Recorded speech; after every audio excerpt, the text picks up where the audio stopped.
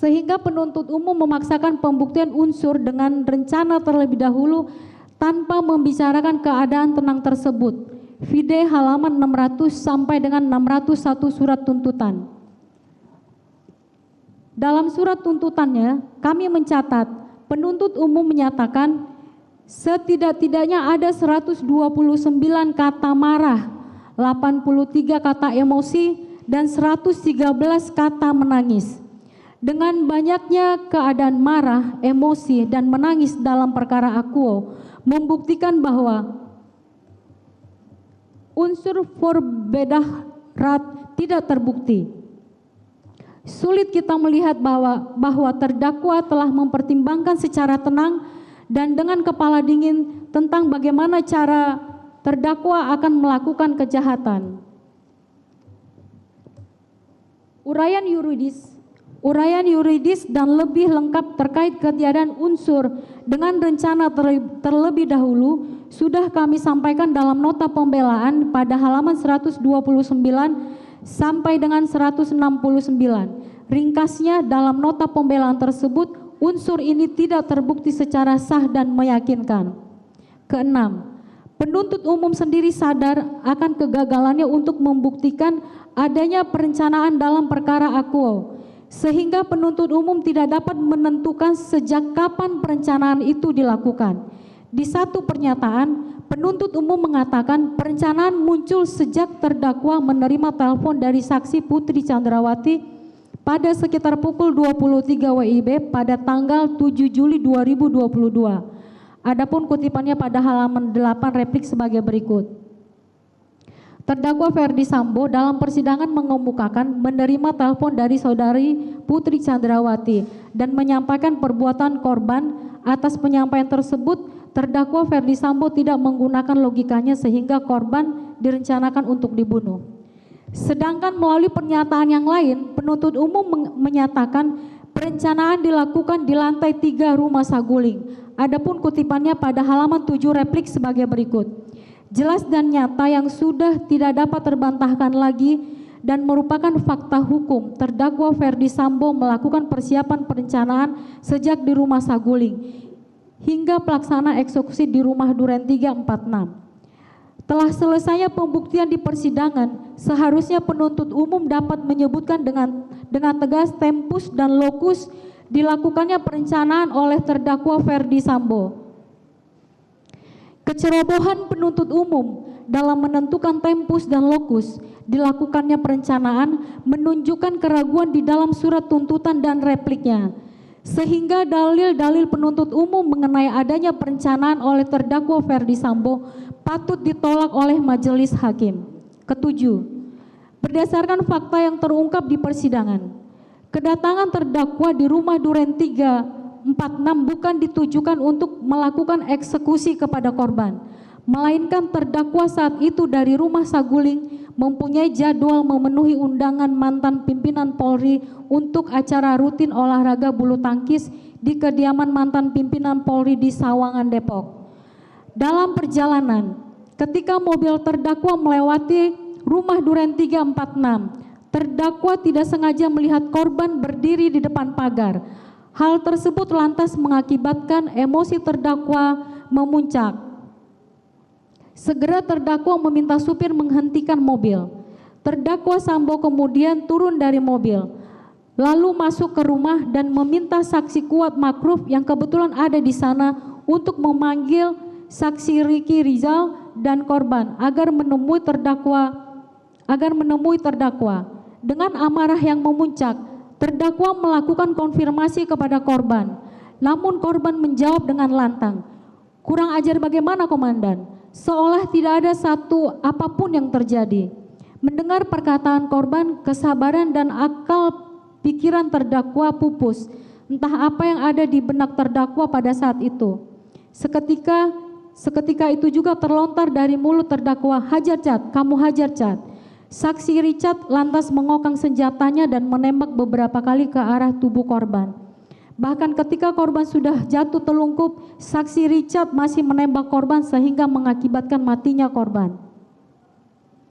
Rangkaian fakta yang telah diungkap di persidangan tersebut sudah cukup membuktikan bahwa terdakwa sama sekali tidak memiliki perencanaan dalam melakukan pembunuhan sebagaimana tuduhan penuntut umum di dalam surat tuntutan dan repliknya.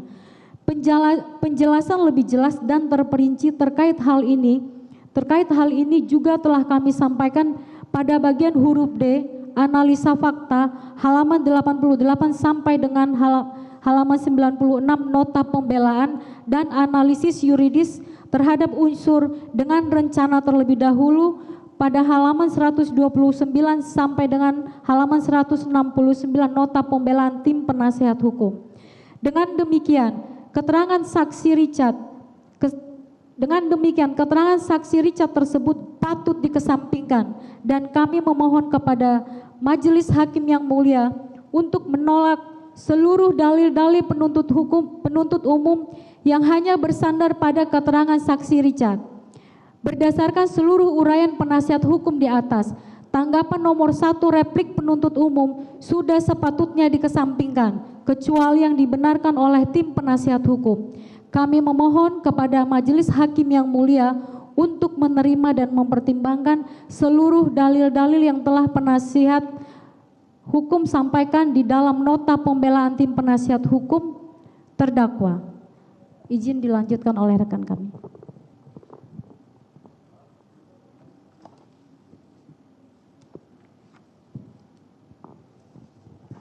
Izin yang mulia.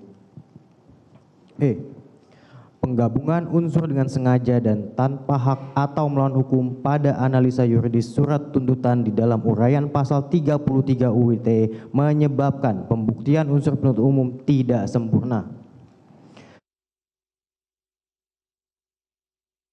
Pokoknya menyampaikan beberapa dalil sebagai berikut. 1. Dalil pertama. Penuntut umum menerangkan penasihat hukum terdakwa Ferdi Sambo tidak paham dalam menguraikan unsur-unsur yang secara limitatif sudah termuat dalam pasal 33 UU ITE. Dalil yang tidak sesuai dengan fakta persidangan adalah dalil yang keliru dan absurd. Dalil pertama penuntut umum tersebut terbantahkan sebab pertama, sebagaimana telah tim penasihat hukum sampaikan di dalam nota pembelaan halaman 39 sampai dengan 40. Penuntut umum telah melakukan kekeliruan dalam menguraikan unsur pasal 33 UU ITE, penggabungan unsur dengan sengaja dan unsur tanpa hak atau melawan hukum pada uraian pasal 33 UU ITE adalah sebuah kekeliruan yang fatal dari penuntut umum pada analisis yuridisnya. Adami Kazawi berpendapat rumusan pasal 33 UU ITE tersebut terdiri dari unsur-unsur sebagai berikut. 1. Kesalahan yaitu unsur dengan sengaja. 2. Unsur melawan hukum dan tanpa hak. 3. Perbuatan melakukan tindakan apapun. 4. Objeknya sistem elektronik dan kelima akibat konstitutif yaitu unsur berakibat terganggunya atau tidak bekerja sebagai mestinya sistem elektronik.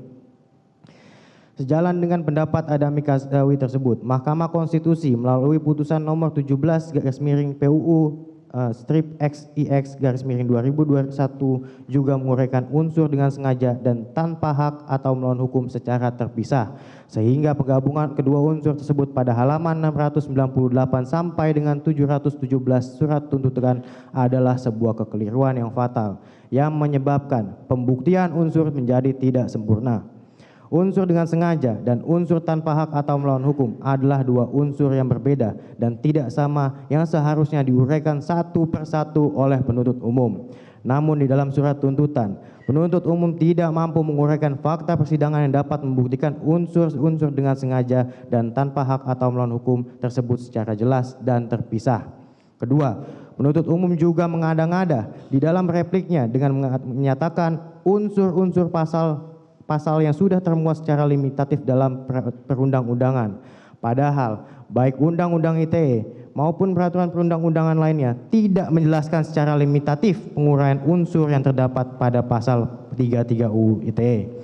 Sehingga dalil nirsubstansi penuntut umum tidak mempunyai dasar hukum dalam menguraikan unsur-unsur pada pasal 33 UTE. Ketiga, penuntut umum terlihat sekedar hanya berusaha mempermudah pekerjaannya dalam membuat konstruksi uraian pada pasal 33 UU ITE. Ketidakmampuan penuntut umum tersebut merugikan terdakwa Ferdi Sambo dan menyulitkan majelis hakim dalam membuat pertimbangan. Mahkamah Konstitusi juga sudah menegaskan, tidak terbuktinya satu saja unsur pada pasal memiliki konsekuensi hukum. Tidak terbuktinya terdakwa melakukan tindak pidana sebagaimana didakwakan pada pasal 33 UU ITE. Dalil pada nomor 2 halaman 8 replik penuntut umum tidak memberikan jawaban apapun dan hanya berusaha membenarkan minimnya pemahaman penuntut umum terhadap Undang-Undang ITE.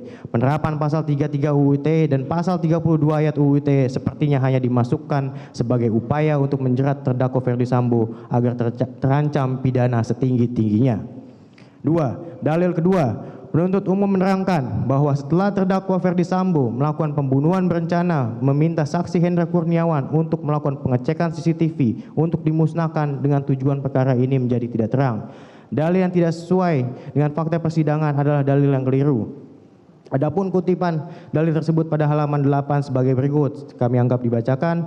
Dalil kedua penuntut umum tersebut terbantahkan sebab pertama, tim penasihat hukum di dalam halaman 39 sampai dengan 40 nota pembelaan membahas mengenai ketidakcermatan penuntut umum dalam menyusun uraian pasal 33 UU ITE di dalam surat tuntutannya. Konsekuensinya surat tuntutan mengandung cacat formil. Tim penasihat hukum tidak membahas mengenai perbuatan material sebagaimana ditanggapi penuntut umum dalam halaman 8 repliknya, sehingga dalil penuntut umum tersebut tidak relevan dengan argumentasi pembelaan yang disampaikan tim penasihat hukum. Kedua, tim penasihat hukum menolak dalil kedua penuntut umum di atas karena nyatanya hasil rekaman CCTV dimaksud, yaitu rekaman CCTV di Komplek Perumahan Polri Duren 3 telah termuat di dalam berkas perkara, telah dihadirkan di muka persidangan dan telah diputarkan pada tanggal 20 Desember 2022 dengan bantuan ahli digital forensik Heri Prianto atas permintaan tim penasihat hukum.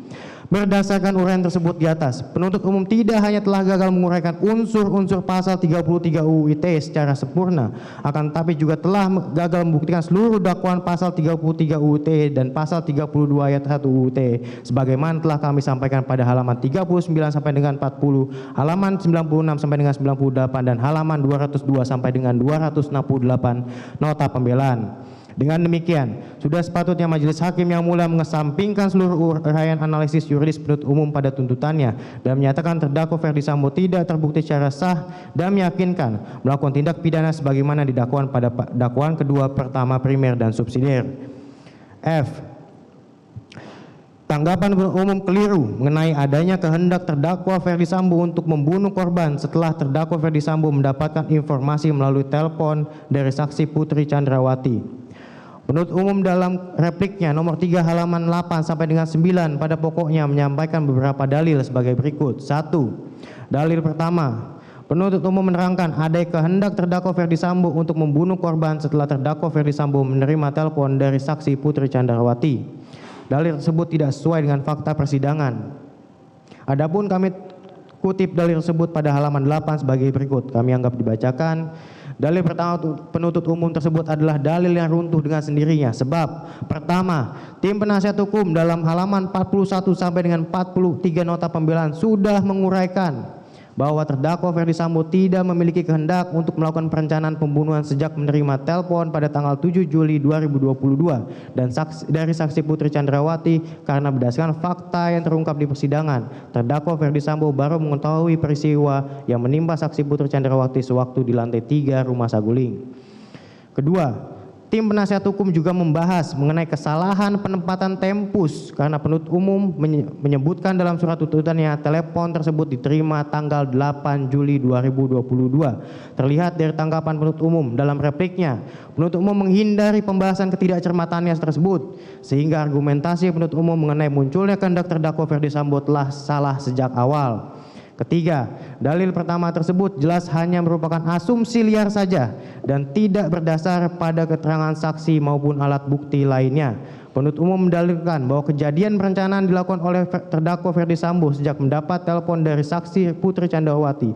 Faktanya, berdasarkan BAP tambahan tertanggal 9 September 2022 yang pada pokoknya menyatakan bahwa saksi Putri menerima telepon terdakwa Ferdi Sambo dan berkata, Yosua masuk ke kamar saya dan dia berlaku kurang ajar. Saksi Putri pada saat itu menangis meminta pulang ke Jakarta. Yang ditanggapi oleh terdakwa Ferdi Sambo dengan mengatakan saya mau ke Magelang namun dilarang oleh saksi Putri.